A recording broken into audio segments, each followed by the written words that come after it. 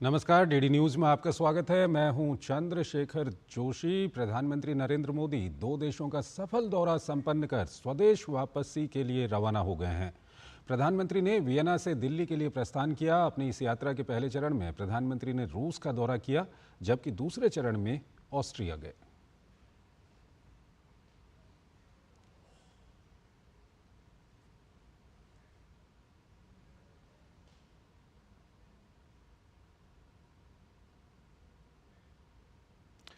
तो ये दृश्य आप देख रहे हैं, प्रधानमंत्री वियना से दिल्ली के लिए रवाना हुए उस वक्त के दृश्य हम आपको दिखा रहे हैं। और काफ़ी सफल दौरा रहा प्रधानमंत्री का रूस और ऑस्ट्रिया का। सबसे पहले प्रधानमंत्री रूस यात्रा पर गए थे और रूस के बाद वो ऑस्ट्रिया की यात्रा पर गए। और अब ऑस्ट्रिया की यात्रा को समाप्त कर, इस सफल यात्रा को समाप्त कर प्रधानमंत्री भारत के लिए रवाना हो चुके हैं।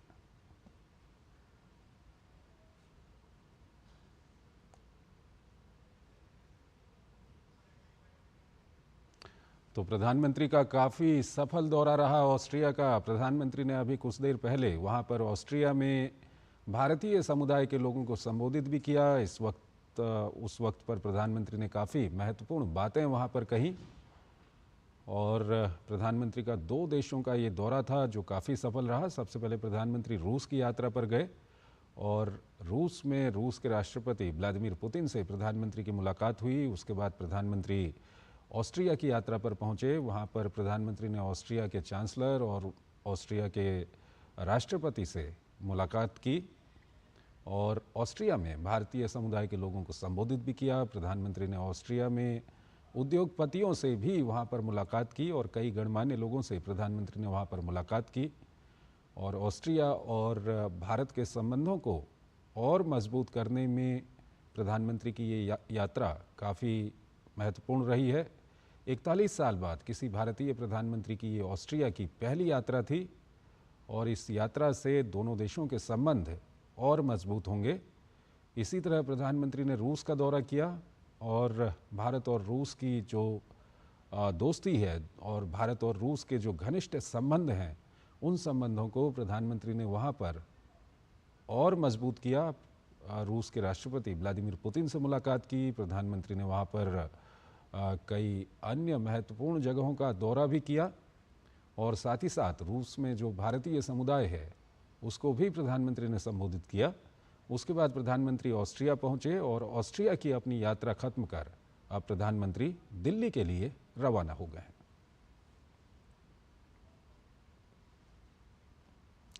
तो ये उस वक्त के दृश्य हम आपको दिखा रहे हैं जब प्रधानमंत्री दिल्ली के लिए रवाना हुए अपने सफल दौरे को ख़त्म करने के बाद।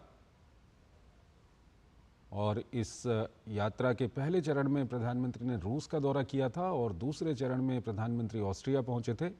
और अब ऑस्ट्रिया की यात्रा को ख़त्म कर प्रधानमंत्री दिल्ली के लिए रवाना हो चुके हैं।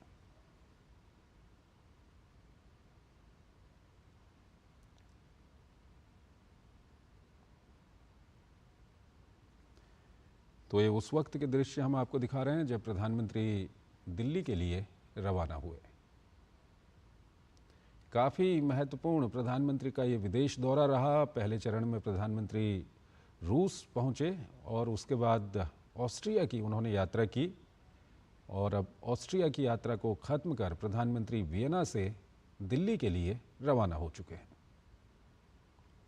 जहां एक और रूस में प्रधानमंत्री ने रूस के राष्ट्रपति व्लादिमीर पुतिन से बातचीत की और दोनों देशों के बीच वहां पर प्रतिनिधिमंडल स्तर की बातचीत हुई। वहीं ऑस्ट्रिया में ऑस्ट्रिया के चांसलर और ऑस्ट्रिया के राष्ट्रपति से प्रधानमंत्री की मुलाकात हुई। दोनों देशों के बीच में प्रतिनिधिमंडल स्तर की वहां पर बातचीत हुई। कई महत्वपूर्ण विषयों पर दोनों देशों ने साझेदारी को और बढ़ाने की वहां पर सहमति प्रदान की। और अपनी इस यात्रा को ख़त्म कर प्रधानमंत्री अब दिल्ली के लिए रवाना हो चुके हैं।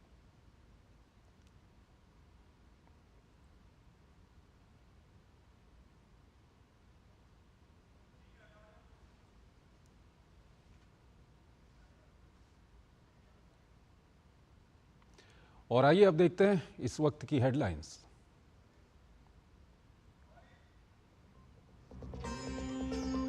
ऑस्ट्रिया में पीएम मोदी ने कहा, रणभूमि में नहीं हो सकता समस्याओं का समाधान। साझा वक्तव्य में यूक्रेन और पश्चिम एशिया संकट के हल के लिए संवाद और कूटनीति पर दिया जोर। ऑस्ट्रियन चांसलर ने शांति बहाली मुहिम में भारत की बताई अग्रणी भूमिका।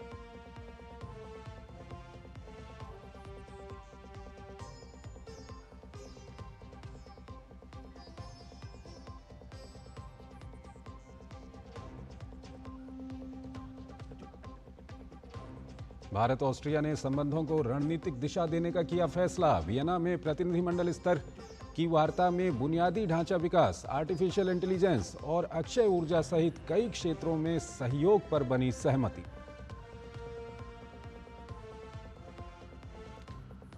प्रवर्तन निदेशालय ने राउज एवेन्यू कोर्ट में दाखिल चार्जशीट में अरविंद केजरीवाल को बताया शराब घोटाला मामले का किंगपिन। आम आदमी पार्टी को भी बनाया आरोपी। भाजपा ने केजरीवाल पर हजारों करोड़ रुपए के फंड की हेराफेरी का लगाया आरोप। सुप्रीम कोर्ट का बड़ा फैसला, मुस्लिम महिला पति से गुजारा भत्ता लेने की हकदार। अदालत ने कहा, सीआरपीसी की धारा 125 के तहत मुस्लिम महिला पति से भरण पोषण की कर सकती है मांग। देश के कई राज्यों में बारिश और बाढ़ का कहर। असम में बाढ़ से 17 लाख से अधिक लोग प्रभावित। उत्तराखंड में कई जगहों पर भूस्खलन। उत्तर प्रदेश, बिहार में भारी बारिश से बाढ़ जैसे हालात। कई नदियां उफान पर। उड़द की दाल की कीमतों में कमी आने लगी। बारिश से खरीफ की बुआई का रकबा बढ़ा। पिछले साल 3.67 लाख हेक्टेयर की तुलना में उड़द की बुआई का रकबा 5.37 लाख हेक्टेयर पहुंचा। और भारत ने तीसरे टी20 में जिम्बाब्वे को 25 रनों से दी मात। शुभमन सुंदर छाए, सीरीज में बनाई बढ़त।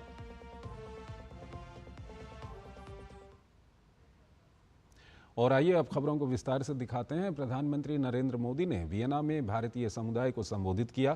पीएम को सुनने के लिए इस कार्यक्रम में भारी संख्या में लोग पहुंचे। कार्यक्रम स्थल पर पीएम के स्वागत में पूरा हॉल मोदी मोदी के नारों से गूंज उठा। पीएम ने लोगों का हाथ हिलाकर अभिवादन किया और इस प्रेम के लिए आभार जताया। पीएम ने कहा कि भौगोलिक दृष्टि से भारत और ऑस्ट्रिया दो अलग अलग छोर पर हैं, लेकिन दोनों के बीच अनेक समानताएं हैं। पीएम ने स्वतंत्रता, समानता और विविधता को दोनों देशों के साझा मूल्य बताए। प्रधानमंत्री ने कहा कि लोकतंत्र दोनों देशों को जोड़ता है। पीएम ने ऑस्ट्रिया में होने जा रहे और भारत में हाल ही में संपन्न चुनावों का भी जिक्र किया। प्रधानमंत्री ने विश्व की सबसे बड़ी निर्वाचन प्रक्रिया को सराहा। 60 साल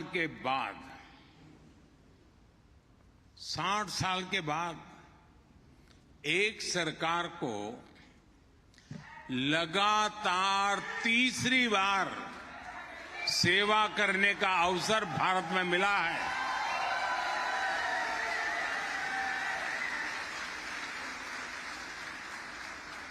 हमने तो दुनिया में पोस्ट कोविड एरा में चारों तरफ पॉलिटिकल इंस्टेबिलिटी देखी है। ज्यादातर देशों में सरकारों के लिए सरवाइव करना आसान नहीं रहा। दोबारा चुनकर आना तो एक प्रकार से बहुत बड़ा चैलेंज रहा है। ऐसी स्थिति में भारत की जनता ने मुझ पर, मेरी पार्टी पर, एनडीए पर भरोसा किया। प्रधानमंत्री ने कहा कि उनकी सरकार को लगातार तीसरी बार मिला जनादेश स्थिरता और निरंतरता के लिए है। ये मैंडेट इस बात का भी प्रमाण है कि भारत स्टेबिलिटी चाहता है, भारत कंटिन्यूटी चाहता है। ये कंटिन्यूटी बीते 10 साल की पॉलिसी और प्रोग्राम्स की है। ये कंटिन्यूटी गुड गवर्नेंस की है।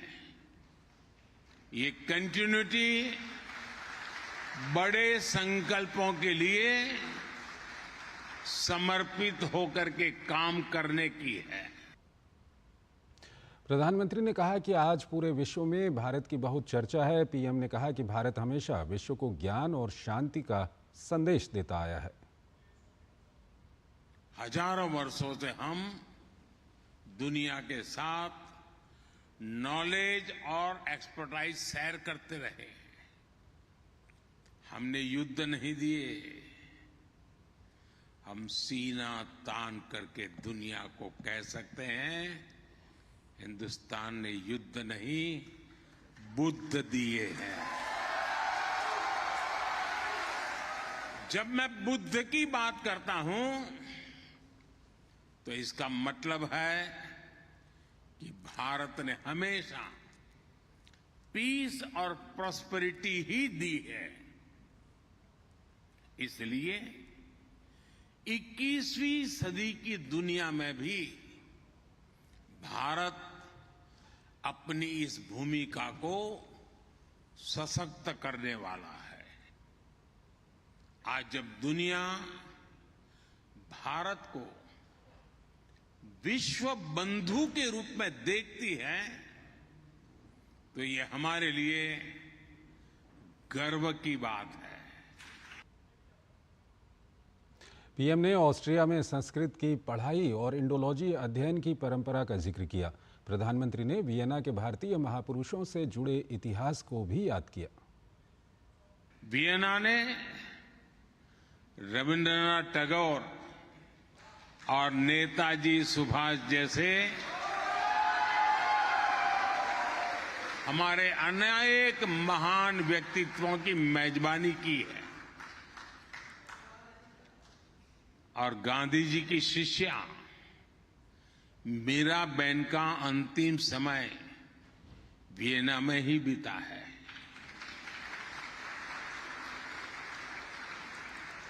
साथियों, हमारा सिर्फ कल्चर और कॉमर्स का रिश्ता ही नहीं है, बल्कि साइंस भी हमें जोड़ती है। बहुत साल पहले वियना यूनिवर्सिटी में हमारे नोबेल पुरस्कार विजेता सर सीवी रमन का लेक्चर हुआ था।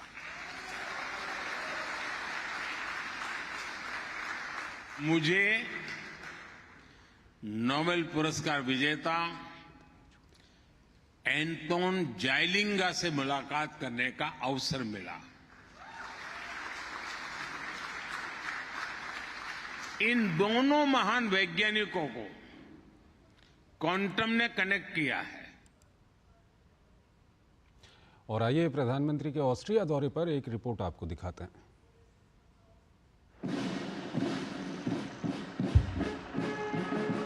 वियना में प्रधानमंत्री नरेंद्र मोदी का ये अभिनंदन जितना खास है, उतना ही खास है पीएम का ये दौरा भी।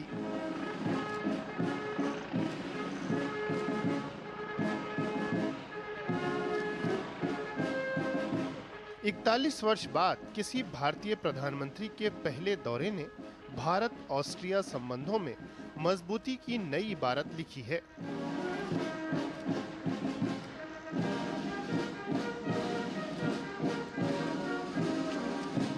ऑस्ट्रिया के चांसलर कार्ल नेहमर ने प्रधानमंत्री का गर्मजोशी से स्वागत किया।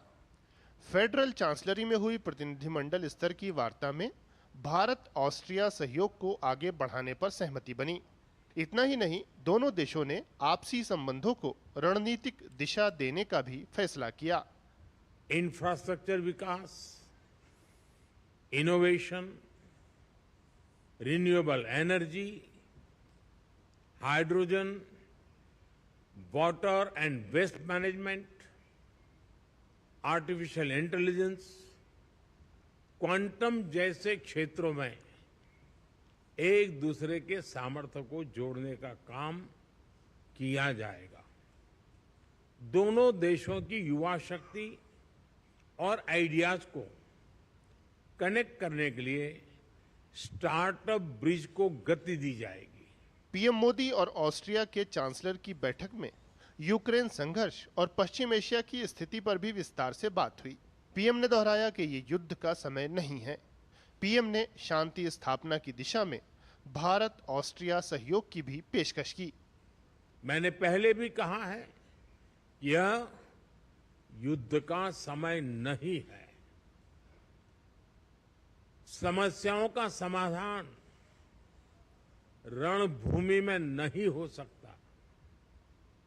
कहीं भी हो, मासूम लोगों की जान की हानि स्वीकार्य नहीं है। भारत और ऑस्ट्रिया शांति और स्थिरता की जल्द से जल्द बहाली के लिए डायलॉग और डिप्लोमेसी पर बल देते हैं। इसके लिए हम दोनों मिलकर हर संभव सहयोग देने के लिए तैयार हैं। ऑस्ट्रिया के चांसलर ने भी शांति स्थापना पर जोर दिया। उन्होंने अंतर्राष्ट्रीय स्तर पर भारत के विशाल कद का जिक्र करते हुए इस दिशा में भारत की अहम भूमिका बताई। Our shared objective is to achieve a comprehensive, just and permanent peace in line with the UN Charter. India is an important and influential and creditworthy country. India is the biggest democracy in the world, and therefore India's role, especially for Austria, is more than important when it comes to the peace process and future peace summits. Austria के chancellor ने मूलभूत संरचना और डिजिटलीकरण जैसे क्षेत्रों में भारत की प्रगति की सराहना की, तो वहीं प्रधानमंत्री ने अपने दौरे को ऐतिहासिक और विशेष बताते हुए ऑस्ट्रिया के चांसलर को भारत आने के लिए आमंत्रित किया। बाद में प्रधानमंत्री मोदी और ऑस्ट्रिया के चांसलर भारत ऑस्ट्रिया व्यापार बैठक में शामिल हुए। इस बैठक में दोनों देशों के व्यापार जगत के दिग्गज भी शरीक हुए। During the meeting with the CEOs, the focus was particularly on green development, the digital space, including the artificial intelligence. Focus was also on the new and emerging technologies, renewable energy, waste management, water management, the startup space, and other areas of infrastructure.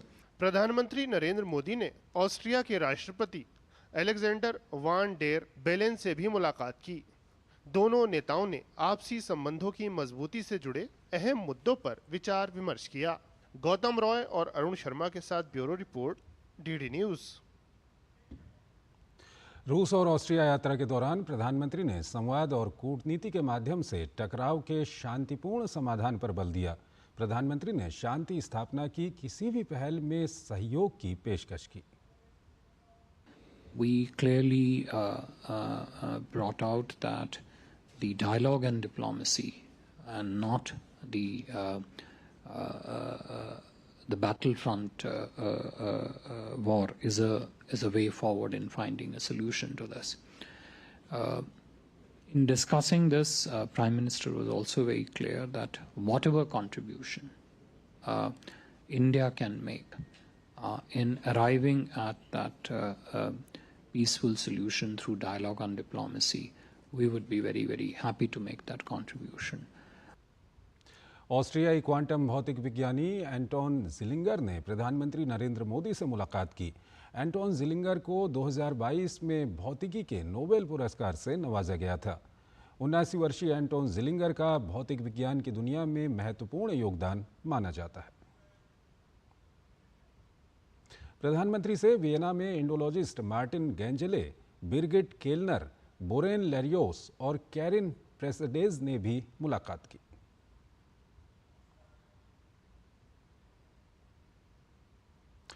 लगातार तीसरी बार प्रधानमंत्री बनने के बाद PM Modi ने द्विपक्षीय यात्रा के लिए रूस का चयन किया। पीएम मोदी की रूस यात्रा कई मायनों में बहुत सार्थक रही।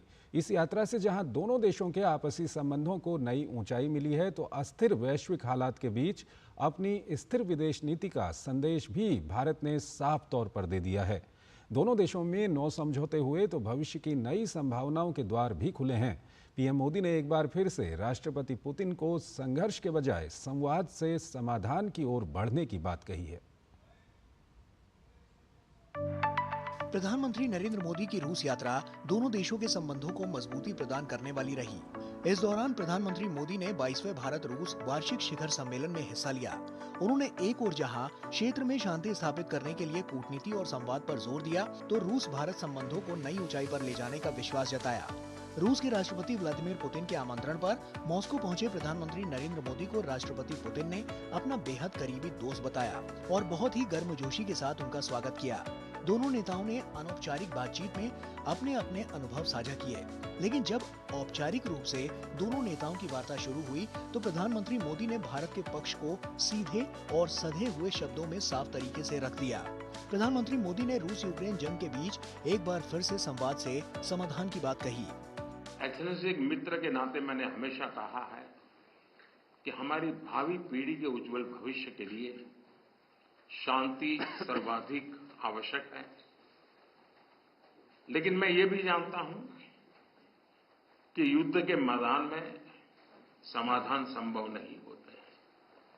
बम, बंदूक और गोलियों के बीच समाधान और शांति वार्ताएं सफल नहीं होती हैं और हमने वार्ता के माध्यम से ही शांति के रास्ते अपनाने होंगे। 22वें भारत रूस वार्षिक शिखर सम्मेलन में दोनों देश 2030 तक व्यापार लक्ष्य को $100 अरब तक ले जाने पर सहमत हुए। दोनों देशों ने विभिन्न क्षेत्रों में सहयोग के लिए 9 समझौतों पर हस्ताक्षर किए। इनमें पर्यावरण और जलवायु परिवर्तन, मानचित्र कला, ध्रुवीय अनुसंधान, निवेश, व्यापार और फार्मा के क्षेत्रों में समझौता ज्ञापन शामिल है। भारत और रूस ने प्रसार भारती और टीवी नोवोस्सी के बीच प्रसारण के क्षेत्र में सहयोग पर भी समझौता ज्ञापन पर हस्ताक्षर किए। दोनों नेताओं के बीच आर्थिक सहयोग, व्यापार, पूंजी निवेश, ऊर्जा, विज्ञान, प्रौद्योगिकी सहयोग, रक्षा और सुरक्षा के बारे में विस्तार से बात हुई। भारत ने रूस के 2 शहरों में 2 नए काउंसलेट खोलने की घोषणा भी की। प्रधानमंत्री मोदी और रूस के राष्ट्रपति के बीच उन भारतीय नागरिकों की वतन वापसी पर बात हुई जो रूस की सेना में काम कर रहे हैं।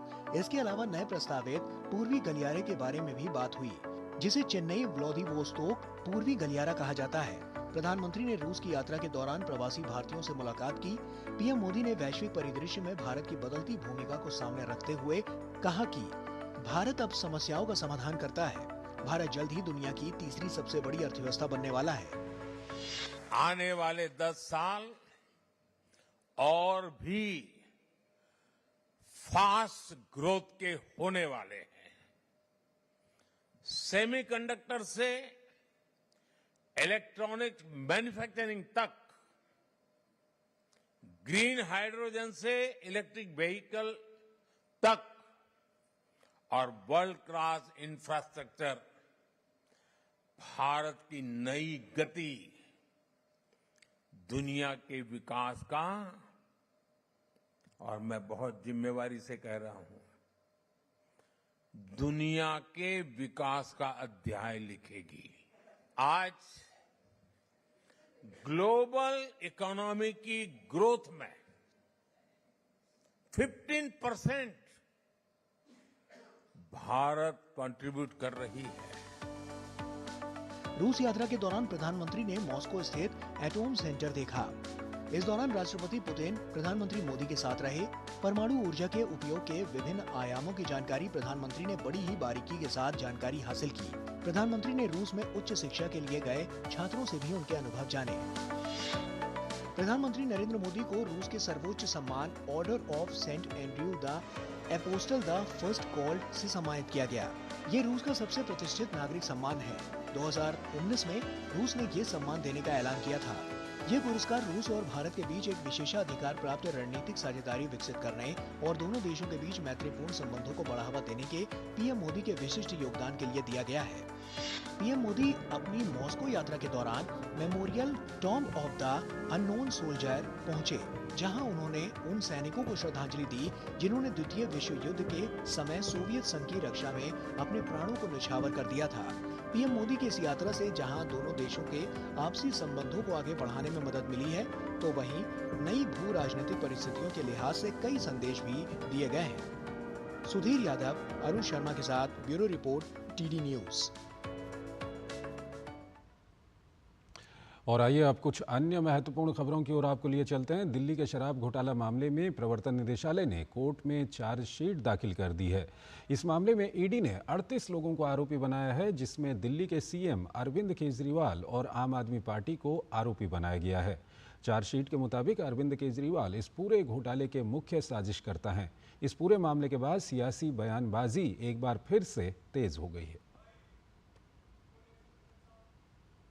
दिल्ली कथित शराब घोटाला मामले में ईडी ने चार्जशीट दाखिल कर दी है। इस मामले में ईडी ने 38 लोगों को आरोपी बनाया है। साथ ही ईडी की चार्जशीट में सीएम अरविंद केजरीवाल को आरोपी नंबर 37 बनाया गया है। वहीं आम आदमी पार्टी आरोपी नंबर 38 है। चार्जशीट के मुताबिक अरविंद केजरीवाल किंग पिन हैं और साजिशकर्ता हैं। गोवा इलेक्शन में रिश्वत के पैसे का इस्तेमाल की जानकारी उन्हें थी और वो इसमें शामिल थे। चार्जशीट में अरविंद केजरीवाल और आरोपी विनोद चौहान के व्हाट्सएप चैट का डिटेल दिया गया है। ईडी ने एक बहुत ही डिटेल्ड चार्जशीट फाइल करी है और इसके तहत पता चलता है कि माननीय मुख्यमंत्री अरविंद केजरीवाल जी न केवल व्यक्तिगत तौर पर शराब घोटाले में करोड़ों रुपए के किकबैक्स लेने में उनकी व्यक्तिगत भूमिका है, बल्कि ये भी कि वो इस पूरी की पूरी कंस्पिरेसी के किंग पिन हैं। और यही चार्जशीट भी कहती है 100 करोड़ रुपए तक के किकबैक शराब घोटाले में लिए गए हैं, जिसमें से सीधा 45 करोड़ रुपए तक के किकबैक्स आम आदमी पार्टी के गोवा इलेक्शन में इस्तेमाल हुए हैं। चार्जशीट में ईडी ने प्रोसीड ऑफ क्राइम का भी जिक्र किया है, जिसमें बताया गया है कि आरोपी विनोद चौहान के मोबाइल से हवाला नोट नंबर के काफी स्क्रीनशॉट बरामद हुए हैं। इनकम टैक्स ने भी पहले बरामद किए थे। ये स्क्रीनशॉट दर्शाते हैं कि कैसे Vinod Chauhan proceeds of crime यानी कि अपराध से अर्जित आय को दिल्ली से गोवा हवाला के जरिए ट्रांसफर कर रहा था। इस पैसे का इस्तेमाल आम आदमी पार्टी द्वारा गोवा चुनाव में किया गया। हवाला से गोवा पहुंचे पैसे को वहां मौजूद चंद्रप्रीत सिंह मैनेज कर रहा था। हवाला के जरिए गोवा भेजे गए पैसे को लेकर विनोद चौहान और अभिषेक बॉन पिल्लई के बीच जो बातचीत हुई, उसके सबूत भी ईडी के पास मौजूद हैं। अशोक कौशिक, जिसने अभिषेक बॉन पिल्लई के कहने पर नोटों से भरे 2 बैग दो अलग अलग तारीख पर विनोद चौहान को पहुंचाए, उसका बयान भी ईडी ने दर्ज किया है। आरोप है कि के कविता के पीए ने विनोद के जरिए 25.5 करोड़ रुपए गोवा चुनाव के जरिए आम आदमी पार्टी को पहुंचाए थे। चैट से यह साफ है कि विनोद चौहान के अरविंद केजरीवाल के साथ अच्छे रिश्ते थे। ईडी के मुताबिक विनोद चौहान न केवल दिल्ली से गोवा में 25.5 करोड़ की रिश्वत के ट्रांसफर में शामिल था, बल्कि वो अरविंद केजरीवाल के जरिए दिल्ली जल बोर्ड में लोगों की पोस्टिंग भी करवा रहा था। इसके लिए दिल्ली सरकार के ऑफिशियल नोट का स्क्रीनशॉट भी ईडी ने चार्जशीट में लगाया है। विनोद चौहान के मोबाइल से मिले ऑफिशियल नोट में शलभ कुमार नाम के शख्स के दिल्ली जल बोर्ड में मेंबर वाटर सप्लाई के पद पर फिर से नियुक्ति का जिक्र है। ईडी के चार्जशीट पर संज्ञान लेते हुए अदालत ने अरविंद केजरीवाल को 12 जुलाई को पेश करने के लिए कहा है। अरविंद केजरीवाल और मनीष सिसोदिया जेल में हैं और अभी तक सिर्फ संजय सिंह जमानत पर बाहर आ पाए हैं। Bureau report, DD news. Karnataka सरकार पर SC/ST समुदायों के लोगों के बजट के दुरुपयोग का आरोप लगा है। इस मामले में राष्ट्रीय अनुसूचित जाति आयोग ने संज्ञान लिया है और राज्य सरकार को नोटिस जारी किया है। बजट दुरुपयोग की वजह से राज्य के SC/ST समुदाय के लोगों को बहुत नुकसान हो रहा है। उनके हिस्से का हक किसी और को मिल रहा है। कर्नाटक की कांग्रेस सरकार SC/ST समुदायों के विकास के लिए निर्धारित बजट में गड़बड़ी को लेकर जांच के घेरे में है। इस मामले में राष्ट्रीय अनुसूचित जाति आयोग के चेयरमैन किशोर मकवाना ने कहा है कि कर्नाटक में जो अनुसूचित जाति के लिए निर्धारित बजट है, उसका दुरुपयोग राज्य सरकार द्वारा किया जा रहा है। उन्होंने इसे संविधान और अनुसूचित जाति का अपमान भी बताया। अनुसूचित जाति कल्याण हेतु जो फंड है, उसका कर्नाटक सरकार ने दुरुपयोग किया है। तो इस दुरुपयोग जो किया है, उसके खिलाफ आयोग ने, राष्ट्रीय अनुसूचित जाति आयोग ने सरकार को एक नोटिस दिया है। हम चाहते हैं कि अनुसूचित जाति के हित के लिए जो भी फंड है, वो अनुसूचित जाति कल्याण के लिए होना चाहिए, नहीं कि इसका दुरुपयोग होना चाहिए। कर्नाटक के उप मुख्यमंत्री डीके शिव कुमार ने भी स्वीकार किया है कि अधिकारियों ने आदिवासी कल्याण बोर्ड में फंड का दुरुपयोग और हेराफेरी की है। The investigation is going on. We are very transparent. We don't want to involve in the investigation. Our honorable minister has resigned to give a way for a free and fair investigation. मामले पर भाजपा की कर्नाटक इकाई ने अपने social media platform x पर लिखा कि कर्नाटक में कांग्रेस सरकार SC/ST समुदायों के विकास के लिए निर्धारित लगभग 15,000 करोड़ रुपए की लूट के लिए कड़ी जांच की घेरे में है। इस लूट ने चिंता बढ़ा दी है और अनुसूचित जातियों के लिए राष्ट्रीय आयोग ने 7 दिनों के भीतर एक विस्तृत रिपोर्ट की मांग की है। ये वाल्मीकि समुदाय के लिए निर्धारित लगभग 200 करोड़ रुपए की चौंकाने वाली लूट के बाद आया है।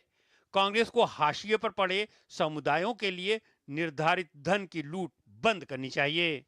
भाजपा के राष्ट्रीय प्रवक्ता सुधांशु त्रिवेदी ने कांग्रेस पर दलित और पिछड़ों के नाम पर वोट बैंक की राजनीति करने का आरोप लगाया है। उन्होंने कर्नाटक में SC/ST समुदायों के विकास के लिए निर्धारित बजट में गड़बड़ी पर कहा कि कांग्रेस की संवेदना वोट बैंक से निर्धारित होती है।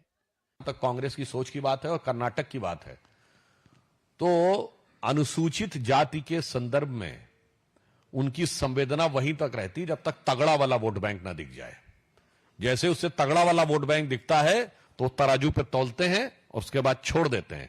उधर राष्ट्रीय अनुसूचित जाति आयोग ने अनुसूचित जाति और अनुसूचित जनजाति उप योजना के कोष को कर्नाटक में 5 गारंटी योजनाओं को कार्यान्वित करने के लिए परिवर्तित करने के मुद्दे पर राज्य सरकार से रिपोर्ट तलब किया है। मीडिया की खबरों का स्वतः संज्ञान लेते हुए इस मुद्दे पर आयोग ने राज्य सरकार को 7 दिन के भीतर विस्तृत रिपोर्ट देने को कहा है।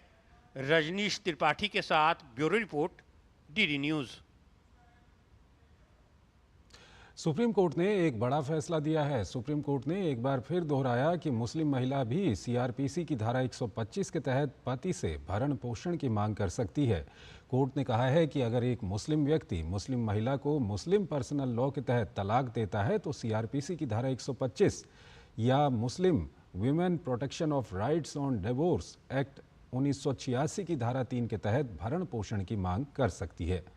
यह अधिकार महिला का है कि वो दोनों में से किस विकल्प को चुनती है।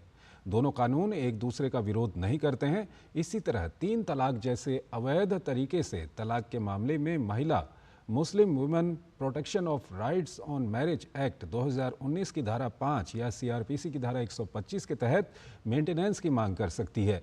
तेलंगाना के एक मुस्लिम व्यक्ति ने पत्नी को गुजारा भत्ता देने के तेलंगाना हाईकोर्ट के आदेश को SC में चुनौती दी थी। इस याचिका पर सुनवाई करते हुए SC ने इससे जुड़े विस्तृत पहलू पर सुनवाई करते हुए फैसला दिया है। मौजूदा केस में Muslim women protection of rights on marriage act 1986 का हवाला देते हुए पति की ओर से कहा गया था कि स्पेशल लॉ होने के कारण इस कानून के सेक्शन 5 के तहत ही पति को भरण पोषण देने का निर्देश दिया जा सकता है, न कि CRPC के प्रावधान के तहत। कोर्ट ने याचिकाकर्ता की इन दलीलों को खारिज करते हुए कहा कि मुस्लिम महिला भी CRPC के प्रावधानों के तहत मेंटेनेंस की हकदार है। बता दें कि सुप्रीम कोर्ट ने ही 1985 में शाहबानो केस में कहा था कि CRPC की धारा 125 हर किसी पर लागू होती है, चाहे वो किसी भी धर्म से हो। लेकिन राजीव गांधी की सरकार ने 1986 का कानून बनाकर लागू कर दिया ताकि सुप्रीम कोर्ट के फैसले पर रोक लग जाए। नए कानून में कहा गया है कि मुस्लिम महिला तलाक के बाद सिर्फ इद्दत के 90 दिनों तक गुजारा भत्ता पाने की हकदार होती है। भारतीय जनता पार्टी के नेता सुधांशु त्रिवेदी ने प्रेस वार्ता में सुप्रीम कोर्ट के निर्णय की सराहना की। उन्होंने कहा कि सुप्रीम कोर्ट ने मुस्लिम महिलाओं को समान अधिकार देने का फैसला किया है। ये फैसला किसी एक धर्म की महिला के लिए नहीं है। अब हर महिला पति से मेंटेनेंस हासिल करने की हकदार होगी। आपको बता दें कि सुप्रीम कोर्ट ने कहा कि CRPC की धारा 125 के तहत मुस्लिम तलाकशुदा महिला भी पति से गुजारा भत्ता मांग सकती है। सर्वोच्च न्यायालय के निर्णय ने निश्चित रूप से वो खतरा जो आज से तकरीबन 40 साल पहले 39 इयर्स बिफोर एस्टैब्लिश किया था उसको समाप्त किया है। और दूसरा, मुस्लिम महिलाओं के लिए एक बहुत बड़ी राहत और मानवीय संवेदना का मार्ग प्रशस्त किया है। और तीसरा, मैं ये कहना चाहूंगा, इसको मजहबी मामले से अलग हटकर ये महिलाओं को एक समान रूप से सम्मान और अधिकार देने का निर्णय है। यानी किसी भी महिला को अब मेंटेनेंस का अधिकार है, irrespective of whichever religion she belongs to. बीते दिनों प्रतिपक्ष के नेता राहुल गांधी ने लोको पायलट से मुलाकात करके सरकार को घेरने की कोशिश की थी। राहुल गांधी ने कहा था कि लोको पायलट को पर्याप्त सुविधाएं नहीं मिलती हैं। आज रेल मंत्री अश्विनी वैष्णव ने इस बात का जवाब दिया है और सभी सुविधाओं को विस्तार से गिनाया है। इससे पहले भी रेलवे की ओर से राहुल गांधी के आरोपों पर जवाब दिया जा चुका है। भारतीय रेल में लोको पायलट यानी ट्रेन ड्राइवर मुसाफिरों को सुरक्षित अपने गंतव्य तक ले जाने में बहुत बड़ी भूमिका निभाते हैं। या यूं कहें कि लोको पायलट भारतीय रेल की रीढ़ हैं तो अतिशयोक्ति नहीं होगी। लेकिन पिछले दिनों लोकसभा में नेता प्रतिपक्ष राहुल गांधी ने लोको पायलट को मिलने वाली सुविधाओं को नगण्य बताकर सत्ता पक्ष को घेरने की कोशिश की थी।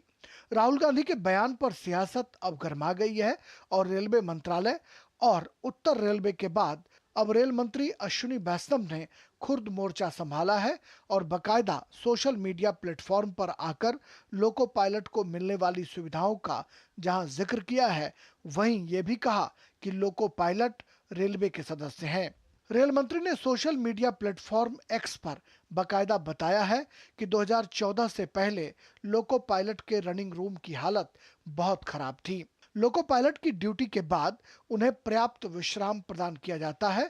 पिछले कुछ एक वर्षों में बड़ी भर्ती प्रक्रिया को अंजाम दिया गया और 34,000 रनिंग स्टाफ की भर्ती की गई और वर्तमान में 18,000 रनिंग स्टाफ की भर्ती प्रक्रिया चल रही है।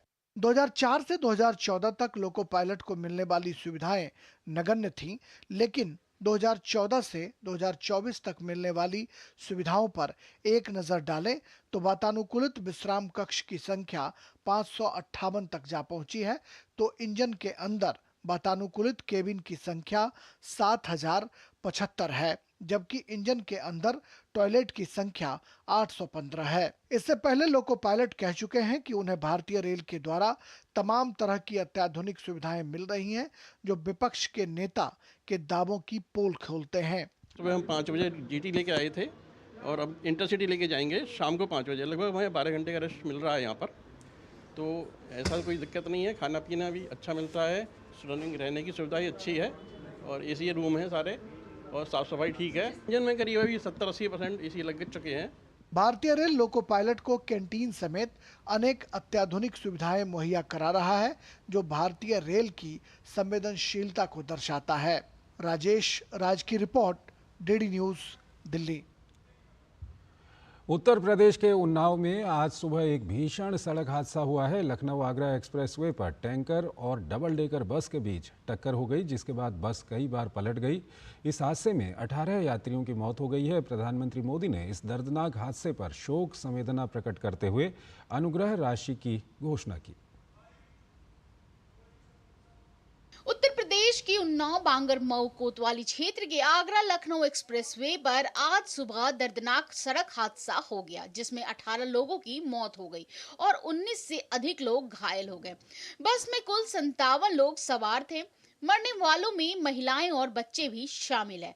दूध के टैंकर द्वारा बस को ओवरटेक करने के कारण ये हादसा हुआ।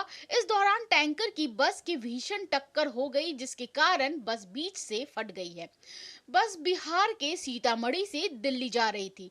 टक्कर लगते ही बस में सवार यात्रियों में चीख पुकार मच गई। गंभीर रूप से घायलों को सामुदायिक स्वास्थ्य केंद्र बांगर मऊ के ट्रॉमा सेंटर में दाखिल कराया गया है। मृतकों की शिनाख्त कर उनके परिजनों को सूचना दे दी गई है। वहीं इस हादसे पर उत्तर प्रदेश के उप मुख्यमंत्री ब्रजेश पाठक ने कहा कि घायलों का इलाज जारी है और घटना की पूरी जांच होगी। सभी को उन्नाव डिस्ट्रिक्ट हॉस्पिटल ले जाया गया है। वहां घायलों को उच्च स्तरीय अस्पतालों में शिफ्ट किया जा रहा है। उन्नाव के आसपास के सभी हॉस्पिटल्स को अलर्ट मोड पर रखा गया है। केजीएमयू के ट्रामा सेंटर को भी अलर्ट मोड पर रखा। हम यहाँ स्वयं पहुँचकर सारी व्यवस्थाएं किए हैं और कानपुर के भी सभी हॉस्पिटल्स जो टर्सरी केयर के हैं उनको भी अलर्ट मोड पर रखा गया है। जैसे ही घायल पहुँचे उनको उचित उच्च कोटि की चिकित्सा व्यवस्था मिले। उत्तर प्रदेश के उन्नाव में हुए दर्दनाक सड़क हादसे पर प्रधानमंत्री ने शोक संवेदना प्रकट की है। साथ ही प्रत्येक मृतक के परिजनों और घायलों के लिए अनुग्रह राशि की घोषणा की है। प्रधानमंत्री ने प्रत्येक मृतक के परिजनों को 2-2 लाख रुपए और घायल हुए प्रत्येक व्यक्ति को 50,000 रुपए की अनुग्रह राशि प्रधानमंत्री राष्ट्रीय राहत कोष से देने की घोषणा की है। उन्नाव में हुए हादसे पर राष्ट्रपति द्रौपदी मुर्मू ने भी अपनी संवेदना जताई है। सोशल मीडिया एक्स पर उन्होंने लिखा है कि लखनऊ आगरा एक्सप्रेसवे पर हुई सड़क दुर्घटना में कई लोगों की मृत्यु का समाचार दुख पहुंचाने वाला है। राष्ट्रपति ने ऐसी आकस्मिक मृत्यु का शिकार हुए लोगों के परिवार के सदस्यों के प्रति शोक संवेदनाएं व्यक्त की हैं और घायलों के जल्द स्वस्थ होने की कामना की है। प्रधानमंत्री कार्यालय के आधिकारिक एक्स अकाउंट पर पीएम मोदी के हवाले से लिखा गया कि उत्तर प्रदेश के उन्नाव में हुई सड़क दुर्घटना अत्यंत पीड़ादायक है। इसमें जिन लोगों ने अपनों को खोया है उनके प्रति मेरी संवेदनाएं। ईश्वर उन्हें इस कठिन समय में संबल प्रदान करे। इसके साथ ही घायलों के जल्द स्वस्थ होने की कामना करता हूं। राज्य सरकार की देखरेख में स्थानीय प्रशासन पीड़ितों की हर संभव मदद में जुटा है। Bureau report, DD news. Tripura सरकार ने राज्य के 828 छात्रों के HIV संक्रमित होने की रिपोर्ट को भ्रामक बताया है। त्रिपुरा सरकार ने स्पष्टीकरण देते हुए कहा कि ये आंकड़े अप्रैल 2007 से मई 2024 के बीच के हैं। राज्य सरकार ने कहा है कि त्रिपुरा राज्य एड्स नियंत्रण सोसाइटी ने अप्रैल 1999 से अपनी यात्रा शुरू की थी। इसके अनुसार 2007 से अब तक त्रिपुरा में 828 छात्र HIV पॉजिटिव पाए गए, जिनमें से 572 छात्र जीवित हैं जबकि 47 अन्य की जान चली गई है। इन 17 वर्षों में 828 छात्र जो त्रिपुरा के ART केंद्रों में पंजीकृत हैं, इन छात्रों को NACO दिशा निर्देश के अनुसार मुफ्त एंटी रेट्रोवायरल उपचार मिल रहा है।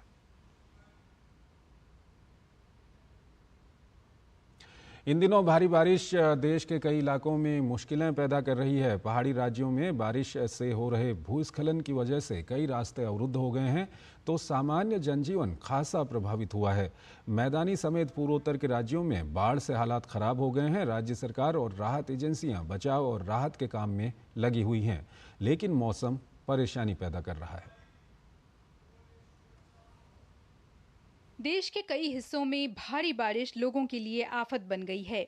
लोगों के घर पानी में डूब गए हैं। कई राज्यों में नदियां उफान पर हैं और बाढ़ का खतरा मंडरा रहा है।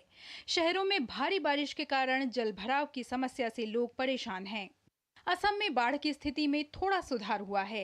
राज्य में बाढ़ से अब तक 79 लोगों की मौत हो गई है। राज्य के 26 जिलों के 2700 से अधिक गांव अभी भी जलमग्न हैं। बाढ़ से 17,17,000 से अधिक लोग प्रभावित हुए हैं। डिब्रूगढ़ के निचले इलाकों में बाढ़ के चलते लोगों के घर पानी में डूब गए हैं।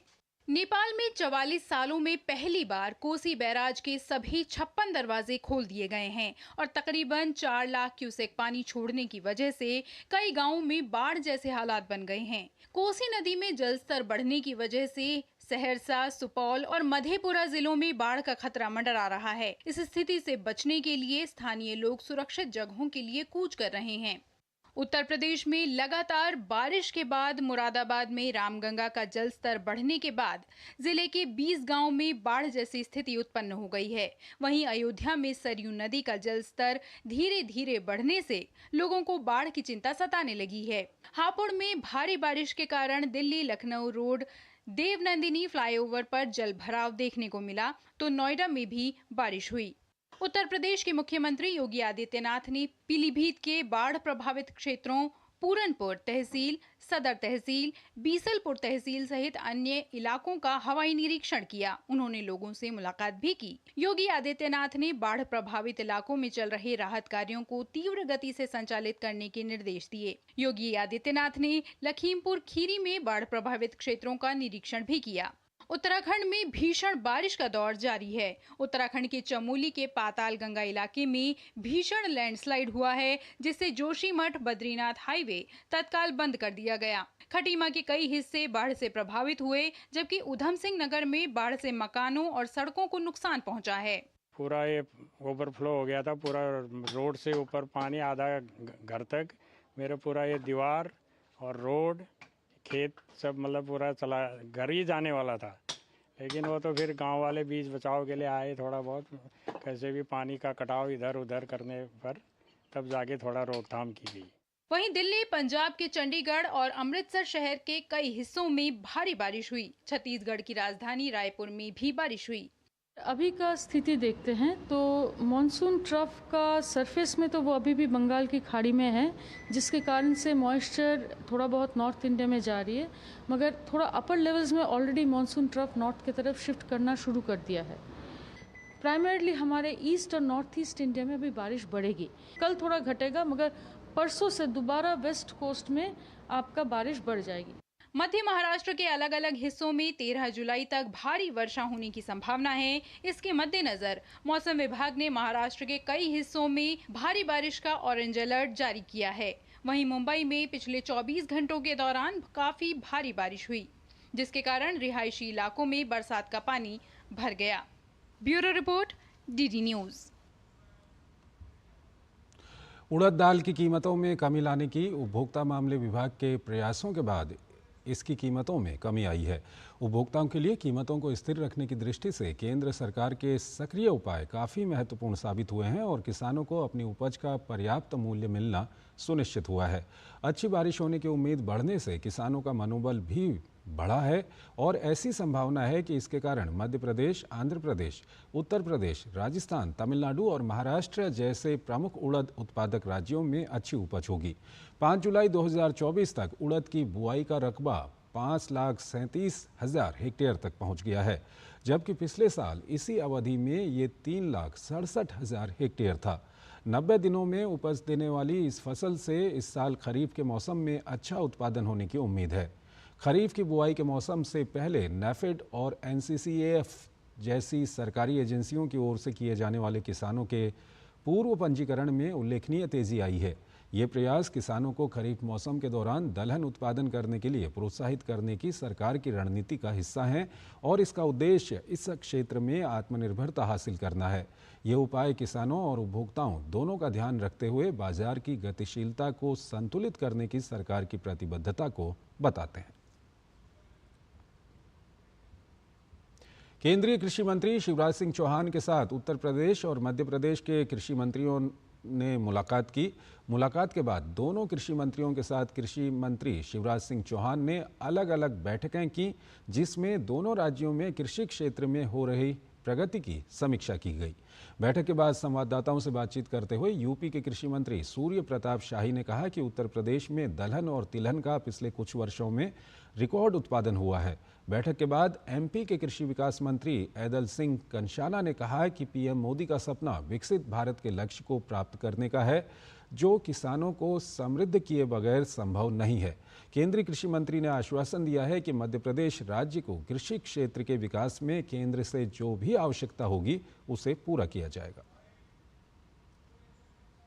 विगत वर्षों में हम लोगों ने 2016-17 तक उत्तर प्रदेश के भीतर 12 लाख मीट्रिक टन के करीब तिलहन का उत्पादन होता था।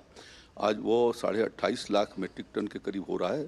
16 लाख मीट्रिक टन यानी दूना से भी ज़्यादा योगी आदित्यनाथ जी की सरकार ने प्रधानमंत्री जी के आत्मनिर्भर भारत के संकल्पना को साकार करने के लिए तिलहन के क्षेत्र में ये एक बेहतर प्रयास किया है। हमारे प्रधानमंत्री जी की जो मूल मंशा है, हमारे किसानों की आय दुगनी हो, खेती के प्रतिशत बढ़े, सिंचाई का प्रतिशत बढ़े, हमारे प्रदेश में अच्छी खेती हो, जैविक खेती पर जोर दिया और हमारे इलाके में जो दलहन की जो पैदावार है उस पर अधिक से अधिक पैदावार कैसे हो, इन सारी मुद्दों पर चर्चा हुई माननीय कृषि मंत्री जी के साथ। राजस्थान की डिप्टी CM और वित्त मंत्री दिया कुमारी ने किसानों के लिए कई तोहफे दिए। दिया कुमारी ने किसानों को ब्याज मुक्त ऋण की मंजूरी प्रदान की है, तो समय पर फसली कर्ज चुकाने वाले किसानों को 2% ब्याज अनुदान मिलेगा। इसकी व्यवस्था बजट में की है। आइए देखते हैं क्या खास है राजस्थान बजट में किसानों के लिए। राजस्थान में किसानों के लिए इस बार बजट में कुछ खास है। जी हां, जब डिप्टी सीएम और वित्त मंत्री दिया कुमारी ने विधानसभा में राजस्थान का बजट पेश किया तो दिया कुमारी ने घोषणा की कि इस साल 3,500 करोड़ के शॉर्ट टर्म लोन बांटे जाएंगे, जिसके तहत 5 लाख नए किसानों को ब्याज मुक्त ऋण दिया जाएगा। किसानों को बड़ी राहत देते हुए दिया कुमारी ने कहा कि समय पर फसली कर्ज चुकाने वाले किसानों को 2% ब्याज अनुदान मिलेगा। इसके साथ ही दीर्घकालिक कृषि ऋण के लिए बजट 2 गुना कर दिया गया है। अब बजट 50 करोड़ रुपए की जगह 100 करोड़ रुपए का रखा गया है। बजट में किसानों के लिए खुशी का पिटारा खोलते हुए राजस्थान की डिप्टी सीएम ने प्रदेश में 500 नए एफपीओ खोलने और 150 ग्राम सेवा सहकारी समितियों में गोदाम भी बनाने की घोषणा की। इसके साथ ही उन्होंने Rajasthan irrigation water grid mission के तहत सभी जिलों में पानी बचाने और सिंचाई के लिए 50 करोड़ रुपए खर्च करने का ऐलान किया। डिप्टी सीएम व वित्त मंत्री दिया कुमारी ने कहा कि नहरी क्षेत्र में डिग्गी निर्माण के लिए 5,000 किसानों को अनुदान दिया जाएगा, जिसमें 5,000 करोड़ रुपए खर्च किए जाएंगे। किसानों को मॉडर्न कृषि उपकरण खरीदने के लिए अनुदान मिलेगा। साथ ही मॉडर्न कस्टमर केयर सेंटर की संख्या बढ़ाई जाएगी। वित्त मंत्री ने बजट में किसानों पर तोहफे की बरसात करते हुए ऑर्गेनिक फार्मिंग को बढ़ावा देने के लिए प्रदेश में अलग से बोर्ड बनाने को मंजूरी दी। साथ ही गोवर्धन परियोजना की शुरुआत का ऐलान किया। बजट में किसानों को 1,45,000 नए कृषि बिजली कनेक्शन दिए जाएंगे। 31 मार्च 2024 तक पेंडिंग मामलों को खत्म किया जाएगा। वित्त मंत्री दिया कुमारी ने कहा कि ऊंट संरक्षण मिशन के तहत ऊंट पाल को 20,000 रुपए का अनुदान मिलेगा। इसके साथ ही 400 करोड़ रुपए की लागत से मुख्यमंत्री मंगल पशु बीमा योजना शुरू की जाएगी। Bureau report, DD news. बाबा केदारनाथ के दर्शन करने की इच्छा तो हर एक भक्त की होती है, लेकिन कई बार कुछ कारणों से भक्तगण भोले बाबा के दर्शन नहीं कर पाते हैं। ऐसे में अब उन भक्तों को उतनी दूर जाने की ज़रूरत नहीं है, बल्कि वो राजधानी दिल्ली में ही भोले बाबा के पवित्र स्थल केदारनाथ के दर्शन कर पाएंगे। दरअसल दिल्ली के बुराड़ी इलाके में बाबा केदारनाथ दिल्ली धाम मंदिर बनने जा रहा है, जिसको लेकर तैयारियां चरम पर हैं और बड़े ही धूमधाम के साथ आज मंदिर का भूमि पूजन किया गया और बड़ी संख्या में लोग इस आयोजन में पहुंचे। इस आयोजन में उत्तराखंड के मुख्यमंत्री पुष्कर सिंह धामी, केंद्रीय राज्य मंत्री अजय टम्टा, श्री श्री निरंजन पीठाधीश्वर, आचार्य महामंडलेश्वर कैलाशानंद गिरी समेत तमाम गणमान्य लोग मौजूद रहे और पूरे विधि विधान और मंत्रोच्चारण के साथ बाबा केदारनाथ का भूमि पूजन किया गया। बाबा केदार के इस मंदिर के निर्माण की शुरुआत होने पर आप सभी शिव भक्तों को भी कोटि कोटि बधाई देता हूं, शुभकामनाएं देता हूं। भाइयों बहनों, ये मेरा भी सौभाग्य है कि केदारनाथ धाम ट्रस्ट दिल्ली ने पूज्य हमारे संतगणों के सानिध्य में आप सबके बीच में मुझे भी आज इस शुभ अवसर पर इसका साक्षी बनने का अवसर